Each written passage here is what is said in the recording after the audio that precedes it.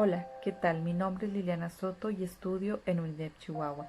En este video abordaremos la educación en los siglos XVI y XVII, la educación reformada protestante y el catolicismo. La Reforma fue un gran movimiento humanista nacida en el Renacimiento. Humanismo y reforma tienen algunos aspectos en común: acentuación de la personalidad autónoma, individualidad libre de toda coacción exterior, intelectual o religiosa.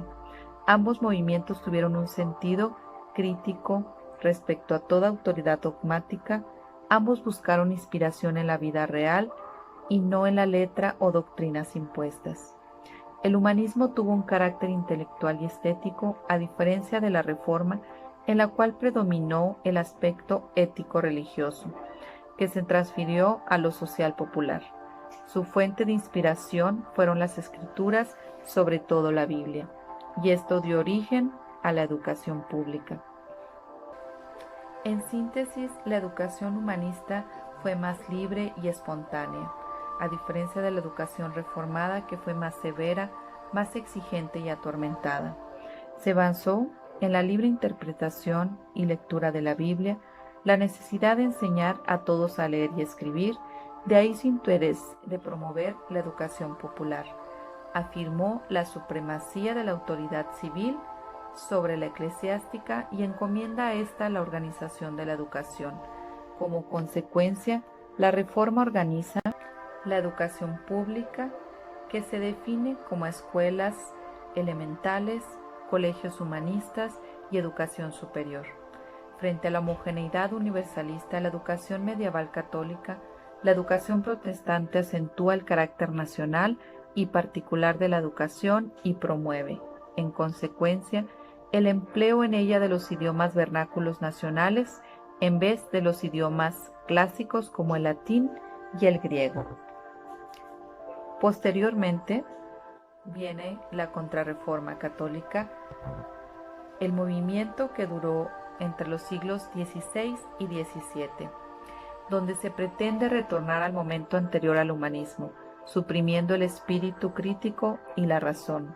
Se inicia con la convocatoria al Concilio de Trento 1546-1563. Este concilio resuelve y recomienda con medidas sustanciales a la creación de la Compañía de Jesús. La Compañía de Jesús, en el campo de la educación, fue el órgano principal de la Contrarreforma. Fue fundada por Ignacio de Loyola y reconocida por el Papa en 1540. Una institución sumamente poderosa y de formación militar, el arma más temible que tuvo la Iglesia en ese momento. No surge inicialmente con fines educativos, sino sus principios fueron promover la confesión, la predicación, la catequización y los ejercicios espirituales. Sin embargo, al descubrir el significado que los protestantes le asignaron a la educación, esta se transformó en una de las actividades más importantes. Era una milicia combativa organizada por curas y seglares. Vive con intensidad ese siglo de lucha religiosa contrarreformista y su máxima era: todo a la mayor gloria de Dios. Sus miembros dependían de un general de la fe, ambos totalmente sometidos a la autoridad del Papa. Uno de los objetivos fundamentales de esta congregación era la detección, la persecución y la detención de herejes, apóstatas y sacrílegos. La formación de asociaciones de enseñanza catequística, la instrucción religiosa para contener el avance protestante fue uno de los objetivos fundamentales de esta congregación. También fundó cátedras de gramática y la promoción de la educación media o secundaria en toda la población. Se dictara instrucción gratuita a clérigos, fue una de las instrucciones principales, y a los demás estudiantes pobres para que estén mínimamente instruidos. Pero además, en un plano más general de la fe, que se relaciona directamente con los contenidos de la educación contrarreformista, las resoluciones que se tomaron fueron las siguientes. El Papa tiene poder absoluto sobre todos los reyes de la tierra. El sacerdote es deificado. Los sacramentos son 7, ninguno menos, ninguno más. La confesión auricular obligatoria, mínimo una vez al año. Al consagrar el sacerdote el pan y el vino, estos se convierten en las sustancias del cuerpo y de la sangre del Señor. Solo el sacerdote bebe el cáliz. La tradición es fuente de revelación. Los libros apócrifos son incluidos en el canon. Las buenas obras son necesarias para la salvación. El uso de las indulgencias sobremanera saludable deben mantenerse. María está libre de pecado. Deben venerarse las reliquias e imágenes de los santos. Se confirman las doctrinas del purgatorio y del limbo. Estas son algunas diferencias entre la educación reformada protestante y el catolicismo. Algunos de los exponentes que tenemos para la reforma protestante es Reitke.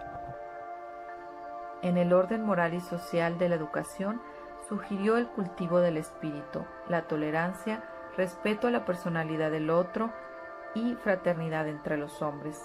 Su nueva didáctica se sintetizaba en seguir las leyes de la naturaleza, exigiendo que la lengua materna alemana sea la base de toda enseñanza. Otro segundo exponente que tenemos es Comenio. Su pedagogía es una conjugación de ideas religiosas y realistas cuyas características más significativas fueron, en cuanto a los fines, pansofia, educación para todos y para todas las cosas, las artes y las lenguas, dominio de las pasiones y de la piedad. En cuanto a sus ideas religiosas, encarnó el pensamiento reformista y cuando se refiere a los fines de la educación que se traducían en la salvación, la felicidad eterna para el hombre que trabaja y cultiva su espiritualidad. La virtud y las buenas costumbres son fundamentales para lograr el desarrollo personal. También tenemos a Luc. En la historia de la pedagogía ocupa un lugar destacado, tanto por sus ideas como por la influencia que ejerció sobre Rousseau. Dos grandes obras literarias entrelazan su filosofía y pedagogía: Ensayo sobre el entendimiento humano y Pensamiento sobre la educación. Un exponente que tenemos como principal en la educación contrarreformada católica es la acción educativa de Juan Bautista de La Salle. Los escritos de La Salle exponen un pensamiento en cuanto a la vida religiosa y la actividad en la educación de los hermanos de las escuelas cristianas, las escuelas elementales primarias con programas y contenidos adaptados. Adapta su lenguaje y explicaciones a la capacidad de su clase y tiene cuidado en no ignorar a los pupilos más lentos. Avanza de lo simple a lo complejo y de lo fácil a lo difícil. Gracias.